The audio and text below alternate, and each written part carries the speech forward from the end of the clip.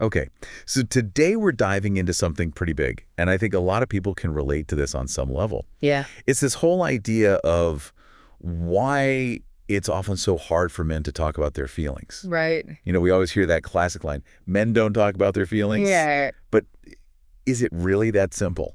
Well, it's definitely a stereotype that's been around forever, but it's not the whole story. Hmm. You will find guys who are totally open and comfortable sharing, but when you look at the research, it does point to a much bigger struggle. Yeah, it's not just a few isolated cases. It seems to be a pretty widespread thing. Right.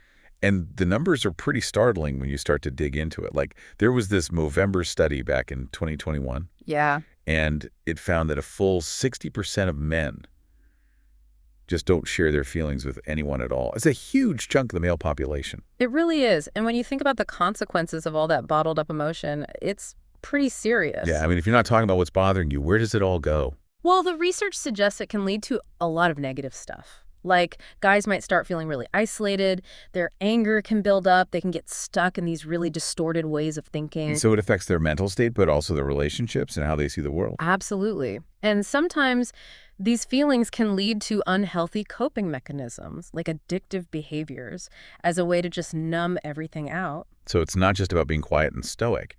It can actually have a ripple effect into all these other areas of their life. Exactly. And those problems, if they're not addressed, they can snowball into even bigger issues.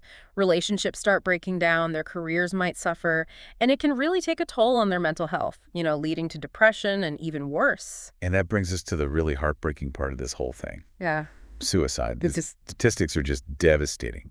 In England and Wales in 2021, three-quarters of all suicides were men. wow. And in the UK as a whole, suicide is the biggest killer of men between the ages of 18 and 45. It's a truly alarming trend. And globally, the numbers are even more staggering. We're talking about 60 men every hour lost to suicide. That's a man every minute. Yeah, it's a global crisis. And while there are many factors that contribute to suicide, feeling completely alone with your struggles, not being able to reach out for help, Yeah. that can definitely be a major factor that pushes people over the edge. It makes those feelings of despair and hopelessness so much harder to bear when you feel like you have to carry them all alone. So for this deep dive, we really want to go beyond just scratching the surface. Yeah. We want to understand the why. Why is it so hard for so many men to open up? What are the things that keep them silent? It's a complicated issue with a lot of layers to it. Absolutely. Yeah. So where do we even begin to unpack all of this? What's like the first layer we need to peel back to understand this reluctance to talk about feelings? Well, I think a really good place to start is with societal expectations. Okay, society's role in all of this. Yeah, the expectations around masculinity. For generations, we've had this image of the strong, silent type of man. Yeah, the stoic guy who never shows weakness. Exactly. And it's not just a random stereotype. It's been reinforced over and over again in movies, TV shows, books. It's like this cultural script that tells men how they're supposed to be. Right. You're supposed to be tough, resilient, keep your emotions in check, just power through any hardship without complaining. So expressing emotions, showing vulnerability, that's seen as a sign of weakness. Yeah. Like you're not a real man if you break down or show your sensitive side. And this conditioning, this messaging, it starts so early. Oh, absolutely. It Yeah. starts in childhood with the toys they're given, the stories they hear, the way adults interact with them. And it just keeps building from there. Right. And for some men, it's even more intense. Yeah, who are we talking about here? Well, older men, for example. Okay. The ones who grew up in a time when those traditional ideas about masculinity were even more rigid. So they've had even longer to internalize those messages. Exactly. And men from certain religious or cultural backgrounds where those traditional views are still very strong. So the social and cultural barriers to opening up are even higher for them. Yeah, it's not just about feeling a little awkward. It can be a really deeply ingrained thing. The thought of going against those norms, of sharing their feelings, it might trigger intense shame, embarrassment, like they're betraying some kind of code. So it's not just a personal hang-up. It's tied to their whole sense of identity and place in the world. Right, it's much bigger than just them as individuals. Now, this whole idea of having to be the strong one comes up a lot in the research as well. Oh yeah, that's a huge one. And this often plays out in the family dynamic. Absolutely. Men often take on this role of being the rock, the pillar of strength for everyone else, especially within their The families. provider, the protector, the one who always has it together. Exactly. And sometimes Their loved ones might even unknowingly contribute to this pressure. How so? Well, because they come to rely on that strength. They get used to the man being the steady one, the one who never falters, so there's not a lot of space for him to express his own fears or anxieties. And there's this unspoken fear that if he shows any cracks, it might make things worse for everyone else. Right, like if I crumble, the whole family will fall apart. So he feels like he has to hold it all together for everyone else, even if it means sacrificing his own emotional well-being. Exactly. Whether it's financial stress from being the main breadwinner or dealing with a family crisis or just trying to keep things running smoothly. It all falls on his shoulders. Right. And there's this underlying assumption that if he's acting strong, he must be coping just fine. And that's not always the case. Definitely not. But the thing is, a lot of men are afraid that if they admit they're struggling, it'll somehow undermine everyone else's confidence in them. Like they're letting everyone down. Exactly. They might worry that their partner will think they're not capable, that their kids will lose their sense of security, that their parents will be disappointed. So they keep it all bottled up. Yeah. And this discouragement, it can come from both inside and outside. So internal pressure and also external cues. Right. Internally, they might have this voice in their head saying, real men don't show weakness. And then externally, maybe their partner makes a comment like, you're so strong, I don't know what I'd do without you. Which on the surface sounds supportive, but it can actually add to the pressure. Exactly. Or maybe they try to open up to a friend about something and the friend just kind of brushes it off or changes the subject. So it's like a double whammy.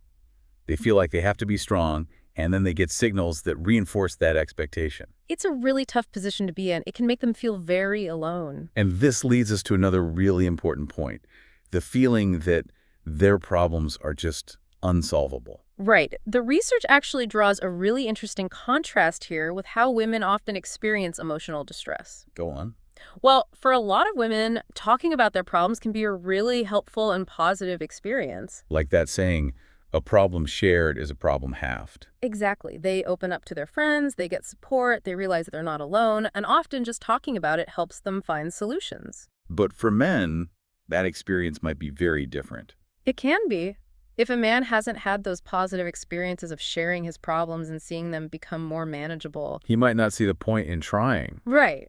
He might just assume that his problems are too big, too complicated, too much for anyone to handle. So instead of reaching out, he just keeps it all inside. And that isolation can really make things worse. How so? Well, when you're stuck in your own head with your problems, they can start to seem even bigger and scarier than they actually are. You lose perspective. Exactly. Yeah. And that's when those unhelpful thinking patterns can start to creep in. The catastrophizing, the black and white thinking. Yeah. You know, instead of thinking, okay, I'm in debt, but I can make a plan to get out of it, he might start thinking, I'm drowning in debt, I'll never recover, my life is over. So the problems start to feel insurmountable. Right. And the research actually uses debt as a really clear example of this. Because it's such a tangible, concrete problem. Exactly. Like if you ignore it, it just keeps getting worse. But if you talk to someone, get some advice, come up with a plan, you can actually start to tackle it. So it's a perfect illustration of how keeping things bottled up can have really negative real-world consequences. And it can create this sense of hopelessness, like, what's the point in talking about it if it can't be fixed? Okay, so I've talked about societal expectations, the pressure to be strong, the feeling of helplessness. But there's another factor that's a little different. The idea that some men just don't have the words to express how they feel. Right. And this isn't always about intentionally being closed off. It's about a lack of emotional literacy. Okay, break that down for me. What does that actually mean? It's about being able to understand and articulate your emotions. You know, not just feeling angry, but being able to say, I'm feeling angry right now, and here's why. So it's about being able to name the feeling and also understand where it's coming from. Exactly. But the problem is, this whole expectation for men to be tough and stoic Can actually make it harder for them to connect with their emotions. Yeah, they learn to push those feelings down, to see them as weaknesses or inconveniences, something to just get over as quickly as possible. So they might be feeling something, but they don't have the tools to actually identify it. Right. They might feel off or agitated or just not themselves, but they can't quite pinpoint what it is they're feeling. So they might say, I just feel kind of down, but they don't have the vocabulary to say, I'm feeling grief, or I'm anxious about this, or this is making me feel really insecure. Exactly. And it's not just about labeling the feeling, it's about understanding the nuance of it. Okay, give me an example. Like, let's say a guy gets really angry at his boss after a tense meeting. Okay. Pretty common scenario. Right. He knows he's angry, but without emotional literacy, he might not be able to connect that anger to deeper feelings. Like what? Maybe the boss's criticism triggered feelings of inadequacy, or maybe it reminded him of a past experience where he felt belittled or put down. So the anger is just the surface level. There's a whole lot more going on underneath. Exactly. And if you can't understand those deeper emotions, how can you explain them to someone else? It's like trying to describe a color you've never seen before. Right. And this lack of emotional vocabulary, it can really lead to some unhealthy coping mechanisms. Yeah, if you can't express those feelings in a healthy way, they're going to come out somehow. Exactly. Like maybe he starts withdrawing from his loved ones, or he becomes irritable and lashes out over small things, or he turns to alcohol or drugs to numb the pain. So it's like a vicious cycle. The inability to talk about feelings leads to unhealthy behaviors, which then make it even harder to connect with others and get support. It's a really tough pattern to break. And speaking of connecting with others, there's another piece of this puzzle that's really interesting. The dynamics of male friendships. Oh yeah, that's a big one too. The research talks about how the way men communicate with each other, especially in their friend groups, can really impact their ability to open up. It's about the norms that get established early on, what's considered acceptable to talk about within the group. So the topics of conversation might be pretty limited, Right, like a lot of male friendships revolve around shared activities. like sports or video games or whatever their hobbies are. Exactly, or it might be a lot of banter and joking around, keeping things light and on the surface. So there's not a lot of space for deep emotional conversations. Not really, and it can feel really awkward, even taboo, to try to bring those things up. Like you're breaking some unspoken rule. Exactly, and if a guy has tried to open up in the past and his friends just made fun of him or changed the subject, He's not going to want to do it again. right, it can be really discouraging, like, okay, I guess this isn't the place to talk about this stuff. So even if he wants to share, the group dynamic might just shut him down. It can feel like there's this invisible wall up. Now, one of the most powerful and maybe sensitive areas the research delves into is the impact of difficult childhood experiences. Yeah, that's a really crucial part of understanding this whole issue. It talks about how things like neglect, abandonment, or abuse during childhood can make it incredibly hard for men to be vulnerable as adults. Trauma can have a huge impact on how we relate to others and how comfortable we feel opening up. It makes sense, right?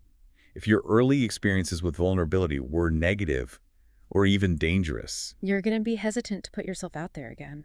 and the research talks about this thing called the 4F threat response. Oh yeah, the fight, flight, freeze, or fawn response. It explains how people react when they feel emotionally threatened or cornered. And it's often triggered by situations that unconsciously remind us of past trauma. So it's not always a conscious choice. It's a deeply ingrained survival mechanism. Right. Like a guy might get really defensive and angry, or he might withdraw and avoid the conversation, flight, or he might just shut down completely and go silent, freeze. And sometimes people try to please or appease the other person to avoid conflict, fawn. Exactly. And they might not even realize why they're reacting this way. It's just an automatic response. It's like their body and mind are trying to protect them from being hurt again. And the research gives some really powerful examples of how childhood experiences can shape these patterns. Yeah, like imagine a boy who's constantly punished for crying or showing any kind of emotion. He learns that expressing those feelings is bad. Or maybe he has siblings who make fun of him when he's upset or scared. So he learns to keep it all inside. Or even worse, maybe he was abused and threatened to stay silent. That's going to have a devastating impact on his ability to trust and open up. Absolutely. And it's not just about overt abuse. Okay, what else are we talking about here?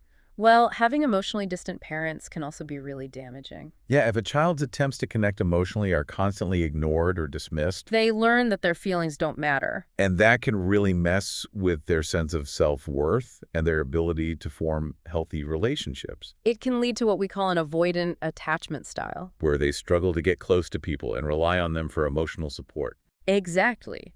They might crave intimacy, but they also fear it. So they keep people at arm's length. It's a way of protecting themselves from getting hurt. And there's this other really interesting point about boys who have to grow up too fast. Yeah, like if they have to take on a caregiving role in the family.